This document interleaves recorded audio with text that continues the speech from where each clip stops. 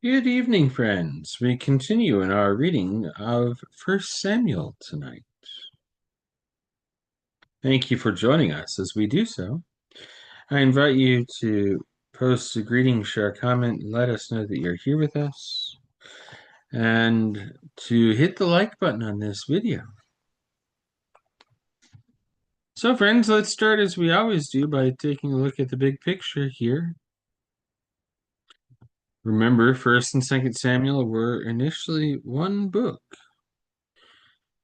So the big picture shows both books together, showing their unity. We're reading through 1 Samuel. So let's zoom in here on 1 Samuel.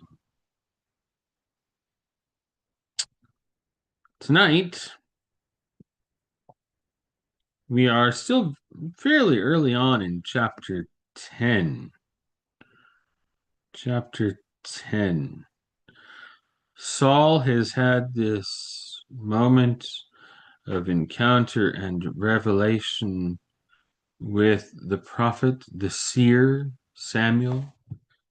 And Samuel has anointed Saul to be prince, to be king. And then given him directions, sending him off, and telling him where he can expect to next see him. But first, he needs to obey Samuel's words, complete his journey, and go home, and then meet Samuel for the next portion of this calling and commissioning.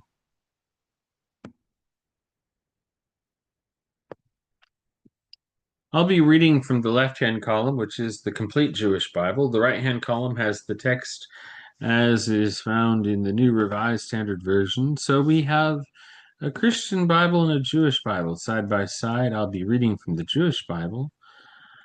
I'll make reference to the right-hand column from time to time, primarily so that we can bring into our Christian biblical language awareness those things that are uniquely different in wording in Jewish biblical tradition.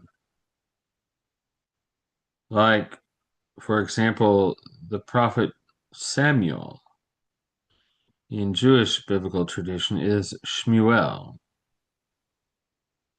Saul is Shaul.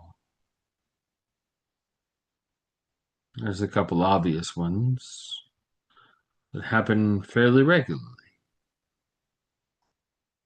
So, chapter 6, verse 9, good evening, Mom. I may have said that already, but I didn't clear it, so just to make sure.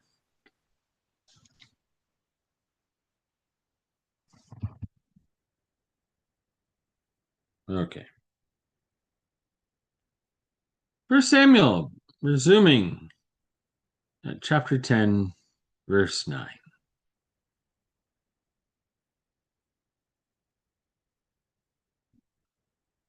As it happened, as soon as he had turned his back to leave Shmuel, God gave him another heart. And all those signs took place that day. When they arrived at the hill, and there in front of him was a group of prophets, the Spirit of God fell on him, and he prophesied along with them. When those who knew him from before saw him there, prophesying with the prophets, they asked each other, "What happened to Kish's son? Is Shaul a prophet too?" Someone in the crowd answered, "Must prophets' fathers be special?" So it became an expression. Is Shaul a prophet too? When he had finished prophesying, he arrived at the high place. Shaul's uncle said to him and his servant, "Where did you go?" He answered, "To look for the donkeys. When we saw that they hadn't been found, we went to Shmuel." "Tell me, please," said Shaul's uncle, "what Shmuel said to you."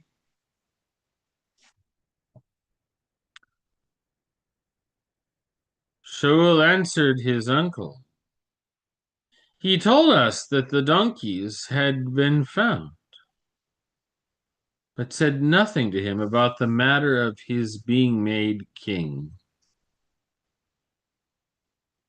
Shmuel summoned the people to Adonai in Mitzpah. He said to the people of Israel, "Here is what Adonai, the God of Israel, says. I brought Israel up from Egypt. I rescued you from the hand I rescued you from the power of the Egyptians and from the power of all the kingdoms that oppressed you. But today you have rejected your God, who himself saves you from all your disasters and distress. You have said to him, 'No, put a king over us.' So now present yourselves before Adonai by your tribes and families." So Shmuel had all the tribes come forward, and the tribe of Benjamin, was chosen. He had the tribe of Benjamin come forward by families, and the family of the Matrites, was chosen. And Shaul the son of Kish was chosen. But when they looked for him, he couldn't be found. They asked Adonai, "Has the man come here?" Adonai answered, "There he is, hiding in among the equipment." They ran and brought him from there. And when he stood among the people, he was head and shoulders taller than anyone around. Shmuel said to all the people, "Do you see the man Adonai has chosen? That there is no one like him among all the people?" Then all the people shouted, "Long live the king!" Shmuel told the people what kinds of rulings should be made in the kingdom. They wrote it on a scroll and set it down before Adonai. After this, he sent all the people away, everyone to his own home. Shaul too went home to Gibeah, accompanied by warriors whose hearts God had touched.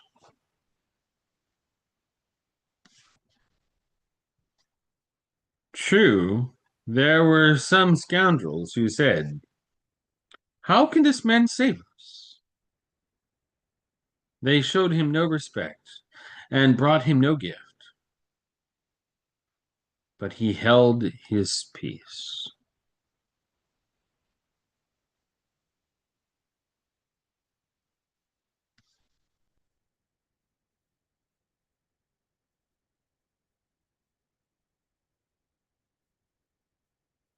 Interesting thing is, here's a note.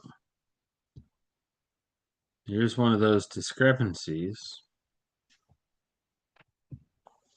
The next paragraph in Jewish biblical language is the beginning of chapter 11. In Christian biblical language, it's the end of verse 27, the final verse of chapter 10. Interesting.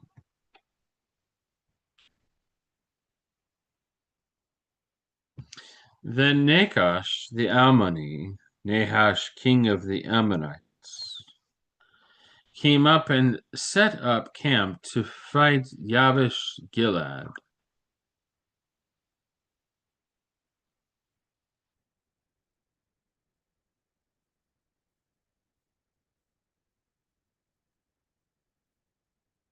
You don't Jabesh Gilead. There it is. All the men of Jabesh, said to Nahash, if you will make a treaty with us, we will be your subjects.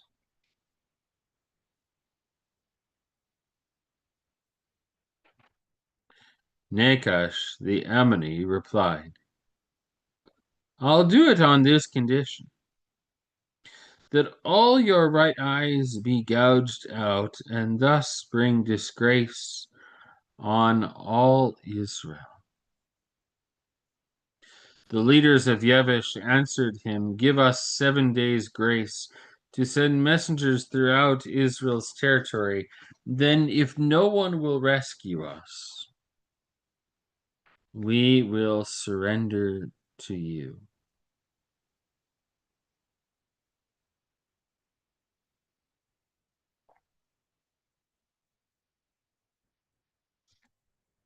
The messengers came to Gibeah, where Shaul lived, and said these words in the hearing of the people, and all the people cried out and wept. As this was going on, Shaul came, following the oxen out to the field. Shaul asked, what's wrong with the people to make them cry like that? Then they told him what the men from Yabesh had said. The Spirit of God fell on Shaul when he heard this. Blazingly furiously with anger, he seized a pair of oxen and cut them in pieces. Then he sent them throughout the territory of Israel with messengers saying, anyone who doesn't come and follow Shaul and Shemuel, this is what will be done to his oxen. The fear of Adonai fell on the people, and they came out with united hearts. He reviewed them in Bezek. There were 300,000 from the people of Israel. The men of Judah, numbered 30,000. To the messengers that had come, they said, tell the men of Yabesh Gilead, tomorrow by the time the sun is hot, you will have been rescued. The messengers returned and told the men of Yabesh. They were overjoyed. Then the men of Yabesh said to Nachash, tomorrow we will surrender to you, and you can do with us whatever you like.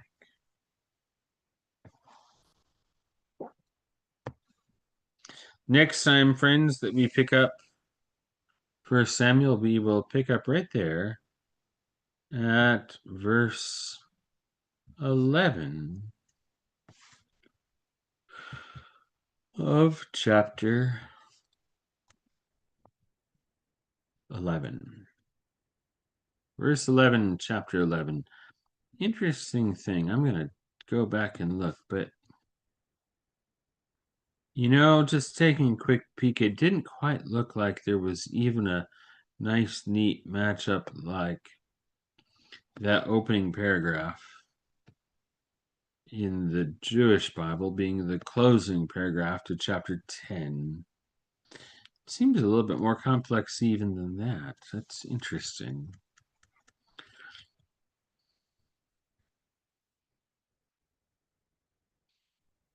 So Nahash had been grievously opposing the Gadites and the Reubenites. There's no mention of the Gadites and the Reubenites being grievously oppressed in the Jewish Bible. That's interesting. There's no mention of what Nahash would do of gouging out the right eye. Interesting.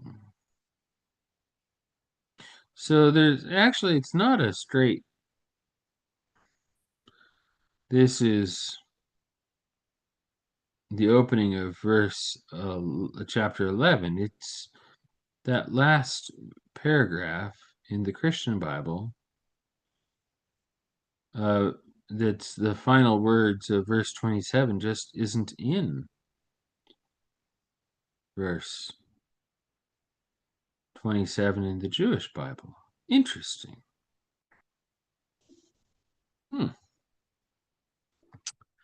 right, friends. It's always interesting to see what we find in moments like this. Next time, when we pick up 1 Samuel, chapter 11, verse 11. Prayers in the morning. Have a blessed night.